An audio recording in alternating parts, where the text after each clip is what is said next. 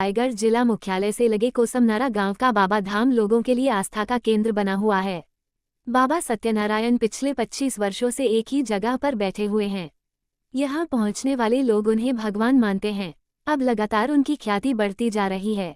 प्रदेश ही नहीं देश भर से लोग अब उनके साथ जुड़ रहे हैं। बाबा न तो किसी से कुछ बोलते हैं और न ही कभी अपनी जगह पर से उठते हैं। यह अपने आप में ऐसा चमत्कार है कि लोग दूर दूर से बाबा के दर्शन करने पहुंचते हैं। सत्यनारायण बाबा देवरी डूमरपाली नामक गांव के मूल निवासी हैं, जिनका जन्म 12 जुलाई 1984 में हुआ था। इनके पिता का नाम दयानिधि एवं उनके माता का नाम हसमती है। माता पिता ने बालक का नाम हलधर रखा था। उनकी माता ने बताया कि सत्यनारायण बचपन से ही भगवान शिव के भक्त थे। वे गांव में स्थित शिव मंदिर में 7 दिनों तक लगातार तपस्या करते रहे। 16 फरवरी 1998 को हलधर घर से स्कूल के लिए निकले एवं अपने गांव से लगभग 18 किलोमीटर दूर कोसमनारा गांव में तप करने बैठ गए। इसी दिन से बाबा एक पत्थर को शिवलिंग मानकर अपनी जीभ काटकर शिव तपस्या में लीन हो गए। यहीं से उनके बाबा सत्यनारायण बनने की कहानी शुरू हुई। उस दिन से लेकर आज तक बाबा उसी स्थान पर बैठकर तप कर रहे हैं। सत्यनारायण बाबा की मां बताती है कि उनके 2 बेटे और एक बेटी है। सबसे बड़ा बेटा सन्यासी बन गया है, छोटा बेटा खेती किसानी का परिवार चलाता है।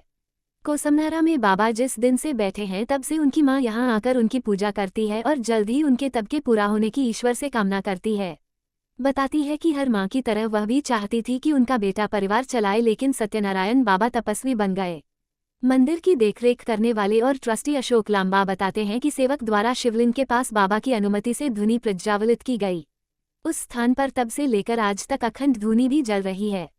पहले बाबा जमीन पर बैठकर ही तप कर रहे थे, लेकिन भक्तों के द्वारा चबूतरा बना गया तथा भक्तों के आग्रह पर बाबा अब उसी चबूतरा में ही बैठकर तप में लीन रहते हैं। बाबा की तपस्या को देखकर श्रद्धालुओं भीड़ लगातार बढ़ती गई एवं बाबा की 24 घंटे देखरेख होने लगी। वर्तमान में बाबा की ख्याति चारों ओर फैली हुई है। लोगों के चढ़ावे से जो भी रुपए कमाते हैं उससे बाबा धाम के जीर्णोद्धार में उपयोग किया जा रहा भक्तों के लिए प्रसाद, उनके खाने की व्यवस्था और रुकने के लिए बेहतर व्यवस्था ट्रस्ट के द्वारा होता है। बाबा सत्यनारायण किसी से भी बात नहीं करते, जरूरत के मुताबिक कि वो भी इशारों से ही समझाते हैं। हर मौसम में धूप, बारिश, ठंडी में भी बाबा खुले आसमान के नीचे ही बैठे रहते हैं।